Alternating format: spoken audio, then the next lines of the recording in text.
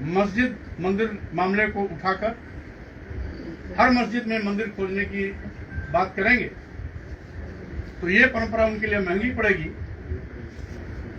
क्योंकि अगर ये हर मस्जिद में मंदिर खोजेंगे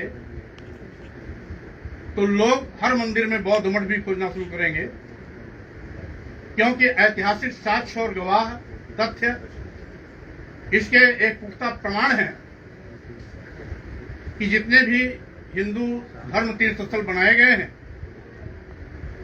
ये सब पहले कभी बौद्ध मठ थे। उसी क्रम में हमने बद्रीनाथ और केदारनाथ धाम की भी बात की थी, जिसमें मैंने कहा था 7वीं सदी के अंत तक 8वीं सदी के शुरुआत तक बद्रीनाथ बौद्ध मठ था। उसके बाद आज शंकराचार्य ने उसको परिवर्तित करा करके बद्रीनाथ धाम बनाकर हिंदू तीर्थ स्थल के रूप में स्थापित किया था। इस पर उत्तराखंड के माननीय मुख्यमंत्री जी ने भी एक तीखी टिप्पणी की थी और उन्होंने कहा था कि मौर्य जी ने हमारी आस्था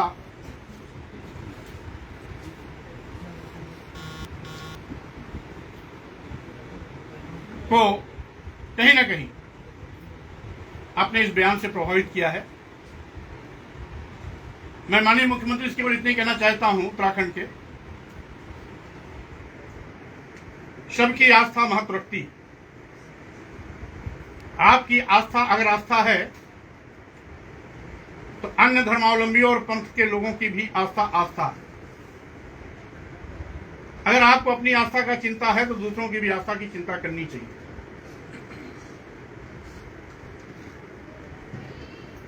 एक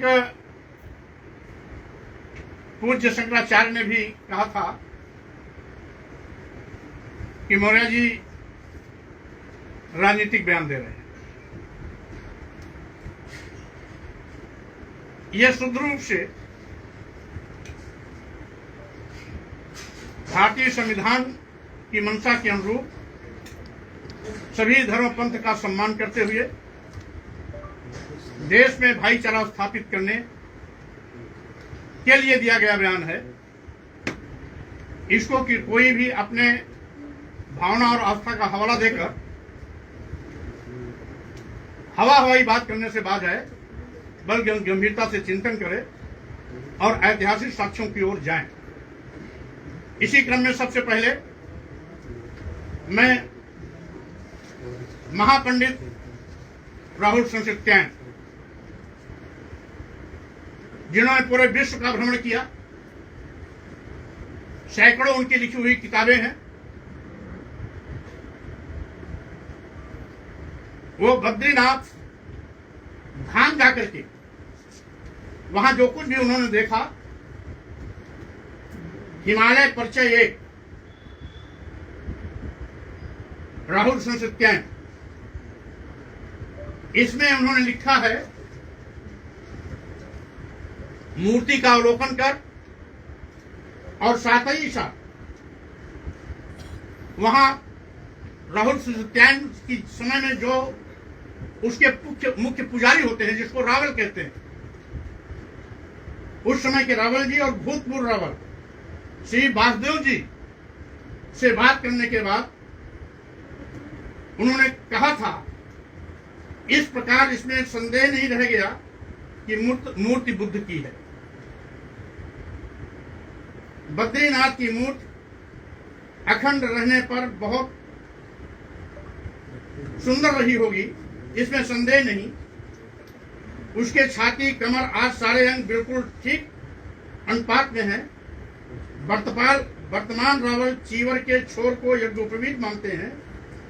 30 वर्षों से नजदीक से देखने वाले भूतपूर्व रावल इसे बुद्ध की मूर्ति मानते हैं।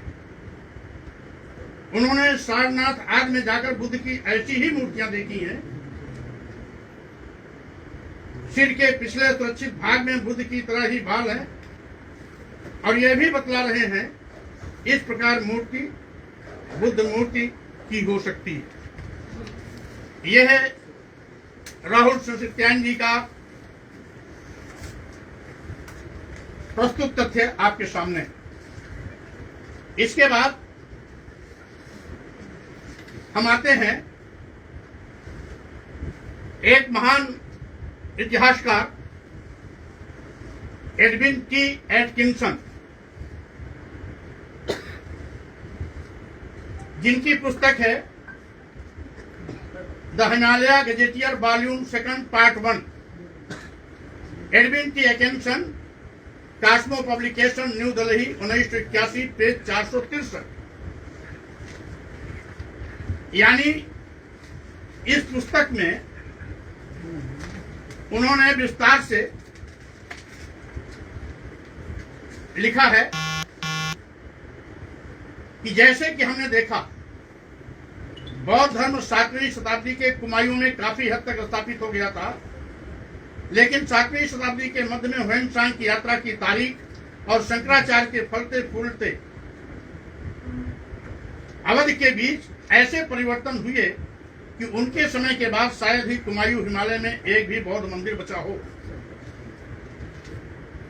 इस बिंदु पर स्थानीय परंपरा अलग है, और यह इस प्रकार है कि यह शंकराचार्य द्वारा स्थापित संस्थाएं आज तक जीवित हैं, तो बौद्ध धर्म या तो उसके समय से पहले या उसके प्रभाव के कारण समाप्त हो गया। यह है इनका विस्तार से अगर पुस्तक पढ़ेंगे तो इन्होंने विस्तार से बद्रीनाथ धाम और केदारनाथ धाम के विषय में लिखा है कि किस तरीके से बद्रीनाथ बौद्ध मठ और केदारनाथ बौद्ध मठ को बद्रीनाथ हिंदू तीर्थ स्थल और केदारनाथ तीर्थ स्थल बनाया गया है। और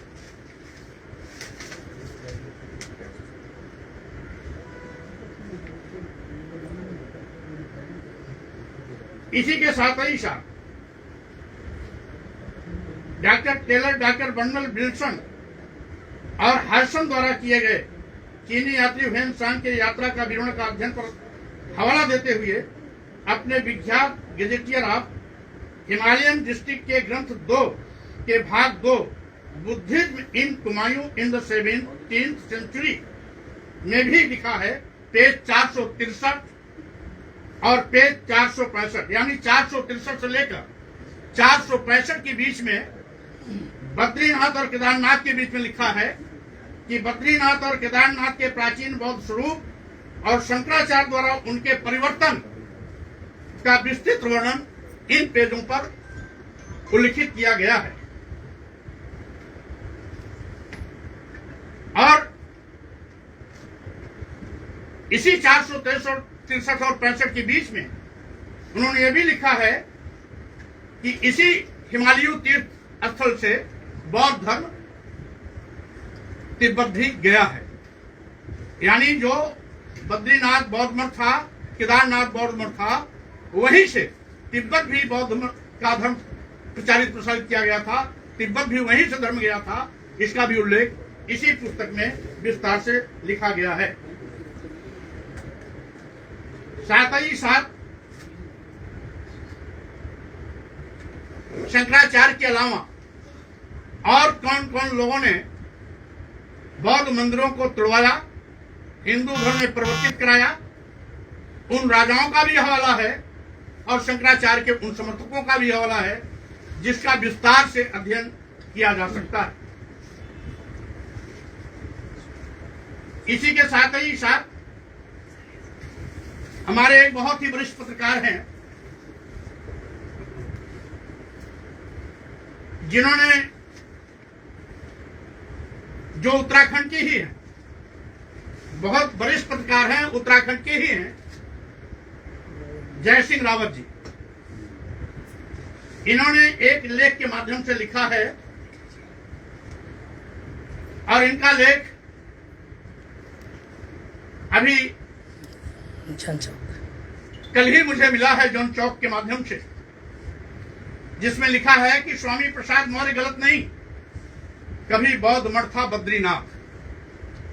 विस्तार से इनका लेख जॉन चौक में सबको उपलब्ध हो जाएगा।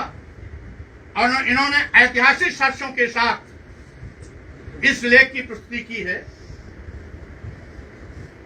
और मैं ये भी कहना चाहता हूं कि मेरी मांग कोई नई नहीं है कि 15 अगस्त 1947 के दिन की यथास्थिति को मानकर सभी धर्मावलंबी अपने अपने धर्म का सम्मान करते हुए भाईचारा बनाए रखें, बल्कि इस आशय का एक शासनादेश भी जारी हुआ था, उपासना स्थल अधिनियम 1991। तत्कालीन प्रधानमंत्री नरसिंहा राव की सरकार में इसी आशय का विधेयक पारित हुआ था, जिसमें कहा गया था अयोध्या विवाद के अलावा देश के सभी धार्मिक स्थलों की जो स्थिति 15 अगस्त 1947 के दिन थी वही भविष्य में भी बरकरार रखी जाए। यानी कि अयोध्या के अलावा किसी भी धार्मिक स्थल की स्थिति में बदलाव नहीं हो सकेगा, जिसको बाद की सरकारों ने इस शासनादेश को समाप्त कर दिया था, और जिसके नाते आज निरंतर इस प्रकार के विवाद लगातार चल रहे हैं। इसी प्रकार से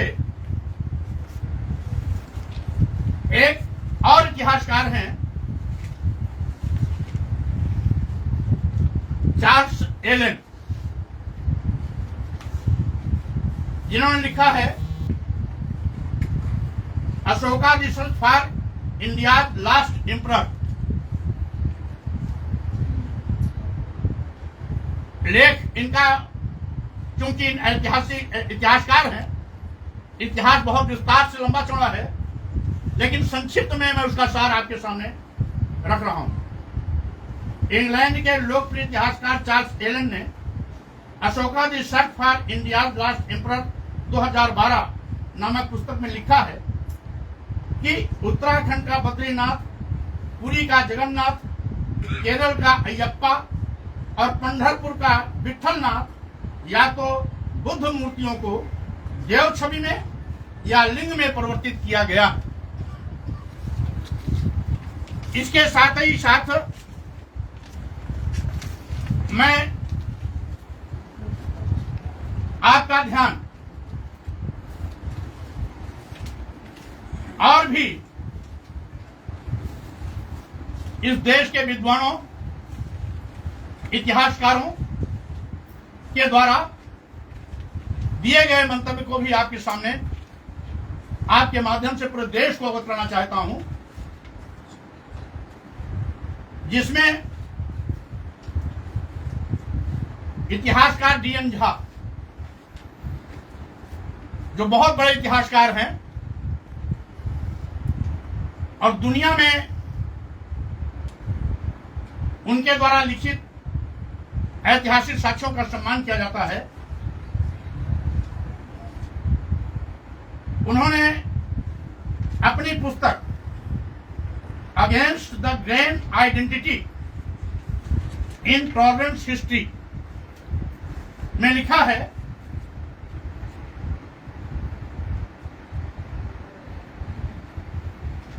कि स्वामी विवेकानंद, दयानंद सरस्वती, यहां तक कि सुपर राष्ट्रवादी बंकिम चंद्र चटर्जी जैसे किसी व्यक्ति का दावा कुछ हिंदू तीर्थ स्थलों की संभावित सच्चाई के बारे में गंदे दिमाग वाले धर्मनिरपेक्षतावादियों द्वारा किए गए दावों का समर्थन करता है। अब एक एक का वक्तव्य मैं आप सामने रखूंगा। स्वामी विवेकानंद ने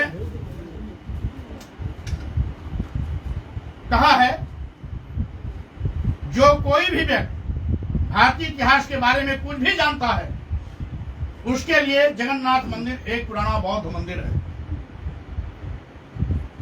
हमने इसे दूसरों को अपने अधिकार में ले लिया और उनका पुनः हिंदूकरण कर दिया। अभी हमें भी ऐसे कई काम करने होंगे। Swami Vivekananda, the sage of India in the complete works of Swami Vivekananda, Advaita Ashrama, Calcutta, खंड 3, पृष्ठ 264। इसके बाद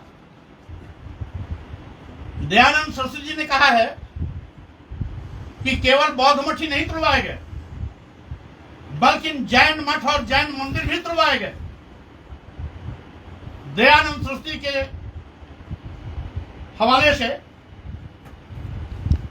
जो सत्यार्थ प्रकाश अध्याय 11 पृष्ठ 347 जो इनका मूल ग्रंथ है, उसमें उल्लिखित है कि 10 वर्षों तक स्वामी दयानंद सरस्वती 10 वर्षों तक आदि शंकराचार्य ने पूरे देश का दौरा किया, जैन धर्म का खंडन किया, वैदिक धर्म की वकालत की।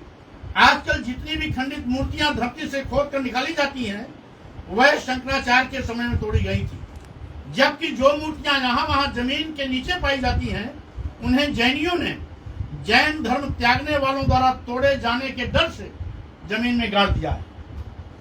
विस्तार से सत्यार्थ प्रकाश अध्याय 11 पृष्ठ 347 पर जो उनका पुराना प्रकाशन है, उसमें आप इसे देख सकते हैं। बंकिम चंद्र चटर्जी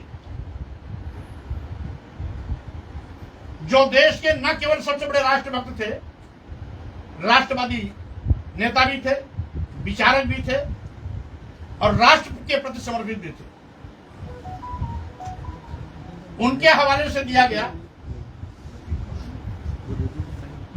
वक्तव्य जो बंकिम चंद्र चटर्जी हिंदू त्योहारों की उत्पत्ति पर निबंध और पत्रों में दर्शाया गया है, रूपा दिल्ली 210 पृष्ठ 8 से 9।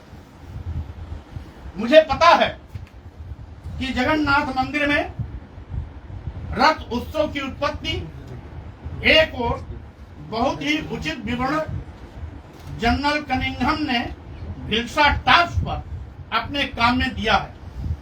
वो इसे बौद्धों के एक ऐसे त्योहार से जोड़ते हैं जिसमें बौद्ध आस्था के 3 प्रतीक बुद्ध, धम्म और संघ को एक ही शैली में एक कार में खींचा गया था, और मेरा मानना है कि यह रथ के समान मौसम है।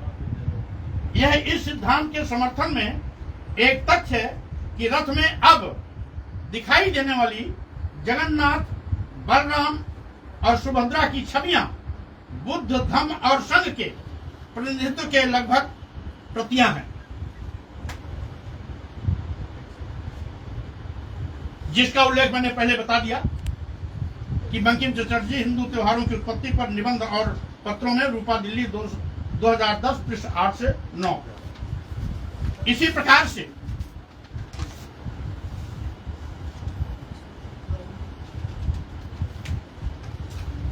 स्वामी विवेकानंद का जो मैंने अभी वक्तव्य दिया था, उसके लिए विस्तार से जानकारी आप हासिल कर सकते हैं।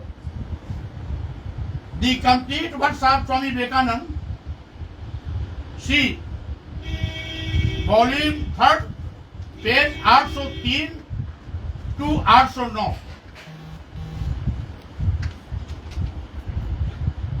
यानी 803 से 809 के बीच में आप अध्ययन करेंगे, जिसमें विस्तार से किस तरीके से बौद्ध मठों को तोड़कर बुद्ध विहार और भगवान बुद्ध की मूर्तियों को तोड़कर हिंदू देवी देवताओं का स्वरूप दिया गया है। इसी तरीके से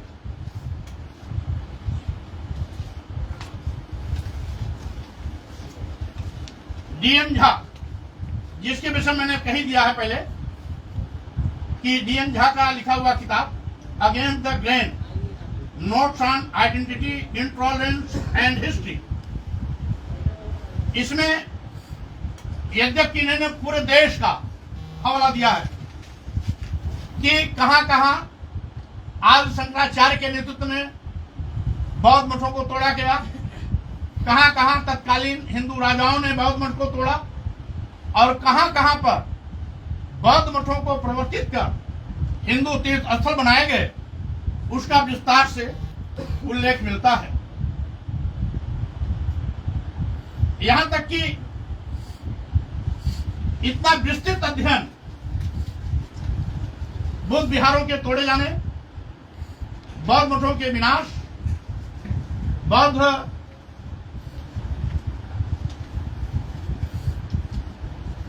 से संबंधित स्मारकों का तहस नहस आदि शंकराचार्य और तथाकथित कुछ हिंदू राजाओं के नेतृत्व में भयंकर रूप से किया गया, उसका बहुत विस्तार से अध्ययन डी.एन. झा ने अपने माध्यम से आप सबको परोसने का काम किया है। संक्षेप में मैंने उसका हवाला आपको दे दिया, विस्तार से इस पुस्तक का सहारा आपको लेना पड़ेगा। इसी के साथ ही साथ एक दूसरे जाने माने अपने इस देश के हिंदी के विद्वान, महान साहित्यकार और महान इतिहासकार काशी प्रसाद जायसवाल सिंचन खंड 1,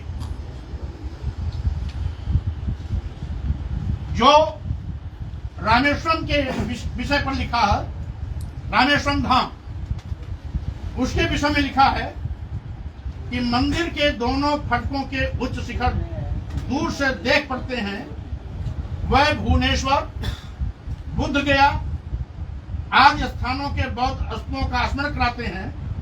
द्वार पर खड़े होकर ऊपर देखा तो बौद्ध काल की कारीगरी देख मन में बड़ा विस्मय हुआ। अंदर जाने के लिए एक पत्थर ऊंचे खंभों पर फटा हुआ एक मार्ग है, जिसमें द्वार के पास कुछ थोड़ी त्याग की दुकानें हैं। ऐसा मार्ग या गली मंदिर की चारों ओर है। यह मठों के भीतर भिक्षुओं के टहलने और पढ़ने के स्थान के समान है। इनके विस्तृत विशाल स्तंभ बड़े श्री द्योतक है। मुख्य फाटक पर नंदी नहीं, बौद्ध काल का पवित्र जंतु हाथी है। और साथ ही साथ उन्होंने ये भी कहा कि इसमें खड़ी हुई मूर्तियां भगवान जो श्री विष्णु की बताते हैं, वो भगवान बुद्धदेव की है। इसी के साथ ही साथ आगे लिखा, मन में तर्क उठता है कि विशाल पाषाणमय मंदिर क्या था। मंदिर की कला, बुद्ध की मूर्ति, द्वार पर हाथी, ये सब बातें यही बताती हैं कि यह बौद्ध काल में बौद्ध मंदिर था। यह रामेश्वरम के विषय में ऐतिहासिक साक्ष्य के रूप में संदर्भ दिया गया है। संदर्भ सरस्वती भाग 11 संख्या 12 जुलाई 1910 पृष्ठ 535 से लेकर 37 तक। इस प्रकार के तमाम ऐसे ऐतिहासिक साक्ष्य और दृष्टांत हैं जिस सत्य को स्वीकार करना चाहिए। इन ऐतिहासिक साक्ष्यों के प्रस्तुति के पीछे मेरी मंशा किसी की भावना आहत करने का नहीं, बल्कि उन लोगों को सावधान करना है जो हर मस्जिद में मंदिर खोलने की कोशिश कर रहे हैं। अगर आप हर मस्जिद में मंदिर खोजेंगे तो स्वाभाविक रूप से हर मंदिर में बौद्ध मठ खोजने वाले भी आपको चुनौती देने के लिए आ जाएंगे।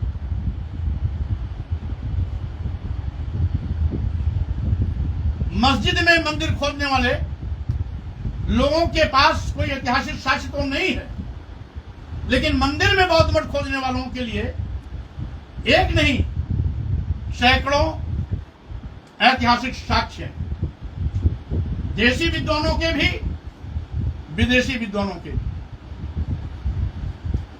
और उन विद्वानों में हमारे ब्राह्मण समाज के भी विद्वान और इतिहासकार शामिल हैं। इसलिए सच को छिपाने से अच्छा है सच को स्वीकार करें और जिस प्रकार से आपको अपनी भावनाओं के सम्मान का ख्याल रहता है उसी प्रकार से और भी धर्मावलंबियों के सम्मान की भावनाओं का सम्मान करने की बात अगर आप अपने दिल मन में रखेंगे तो शायद नफरत खत्म होगी, मस्जिद मंदिर का मामला खत्म होगा, हिंदू मुसलमान का मामला खत्म होगा और जो हमारी संस्कृति है हिंदू मुस्लिम सिख ईसाई सब है आपस में भाई भाई की बात आगे बढ़ेगी, आपसी सौहार्द भी सुरक्षित रहेगा, भाईचारा भी सभी में बना रहेगा, भारतीय संविधान की मंशा का भी पालन होगा, राष्ट्र भी सशक्त होगा। मैं अभी आप सभी इलेक्ट्रॉनिक और प्रिंट मीडिया के सभी सम्मानित साथियों को मैं बहुत धन्यवाद देता हूं कि आपके माध्यम से ये सभी ऐतिहासिक साक्ष्य पूरे देश के सामने परोसा जाएगा। धन्यवाद। मौर्य जी एक सवाल है जी। जिन राहुल संकरतायन का आपने नाम लिया उन्होंने अपनी किताब वोल्गा से गंगा में लिखा है कि जो ब्राह्मण थे वो गाय का मांस खाते थे, क्या ये भी सच है? अभी हम अपने सीमित बिंदु पर रहना चाहते हैं, उचित अवसर आने पर आपके प्रश्न का उत्तर दिया जाएगा। दूसरा सवाल हमारा ये है कि ये आपने जो आज बोला है ये आप सपा महासचिव की हैसियत से बोल रहे हैं या आपकी ये व्यक्तिगत बात है? क्योंकि थोड़ी देर बाद शिवपाल जी हो सकता है आपकी इन सब बातों का खंडन करते हुए ट्वीट जारी कर दें। वो क्या कहते हैं क्या करते हैं, क्योंकि हमारी उनकी कोई वार्ता नहीं हुई। प्रसंग आया, किसी पत्रकार ने इस संबंध में प्रश्न किया था, मैंने अपनी ऐतिहासिक जानकारी के मुताबिक उसको उत्तर दिया था और जब एक सम्मानित पूज्य शंकराचार्य जी ने सवाल किया कि स्वामी प्रसाद मौर्य जी ऐतिहासिक साक्ष्य दें और साथ ही साथ माननीय मुख्यमंत्री उत्तराखंड ने अपनी धार्मिक भावनाओं का हवाला देते हुए ऐतराज जताया, उस परिप्रेक्ष्य में मैं ऐतिहासिक साक्ष्य दे रहा हूं और पत्रकार के एक प्रश्न के उत्तर में मैंने जवाब दिया था जिससे ये बात आगे बढ़ी। एक सवाल मायावती का ये कहना है कि समाजवादी पार्टी इस तरह के बयान, तो आप इसको चैलेंज करेंगे कोर्ट में अगर जरूरत पड़ी भविष्य में? पहली बात तो मैं विवाद को रोकने का पक्षधर हूं, मैं विवाद को बढ़ावा नहीं देना चाहता। लेकिन ये जो कागज दिखा रहा है, इसीलिए 15 अगस्त 1947 के दिन 15 अगस्त 1947 के दिन जिन भी धार्मिक स्थलों की जो स्थिति रही है उसको हम सबको सामूहिक रूप से यथावत स्वीकार करना चाहिए, जिससे कि इस प्रकार के भाईचारा अमन चैन में नित्य प्रति साजिश के तहत दखल देने वालों के साजिश का एक जवाब मिल सके। लेकिन ये जो दस्तावेज स्वामी जी आप दिखा रहे हैं इससे तो ये विवाद बढ़ेगा ना, घटेगा क्यों? नहीं तो हमने लोगों के मांगने पर दिया है ना, शंकराचार्य जी ने मांगा है, माननीय मुख्यमंत्री जी ने मांगा है, तो मैं साक्ष्य दे रहा हूँ, अन्यथा साक्ष्य देने की जरूरत नहीं थी। मायावती ये कह रही है राजनीतिक जो भावना फैला रहे हैं, घिनौनी राजनीति है और ये सुश्री मायावती जी हमारी नेता रही हैं, मैं उनके हर प्रश्न का जवाब देना उनके सम्मान के विपरीत मानता हूं, लेकिन मेरी मंशा मुस्लिम और बौद्धों को खुश करने का नहीं है, बल्कि इस देश की जो तहजीब है वसुधैव कुटुंबकम का, भाईचारे का, हिंदू मुस्लिम सिख ईसाई समय अपने भाई भाई का, वो बना रहे, इसीलिए मैं सभी प्रकार के विवादों पर विराम लगाने का पक्षधर हूं।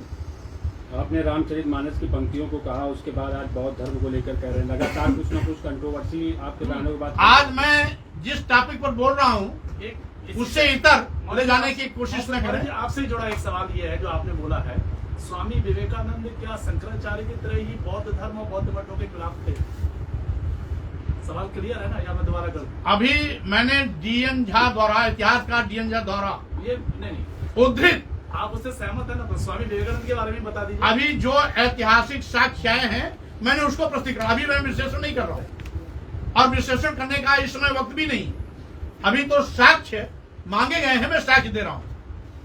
धन्यवाद। Thank you sir. सर, आगे की करना है।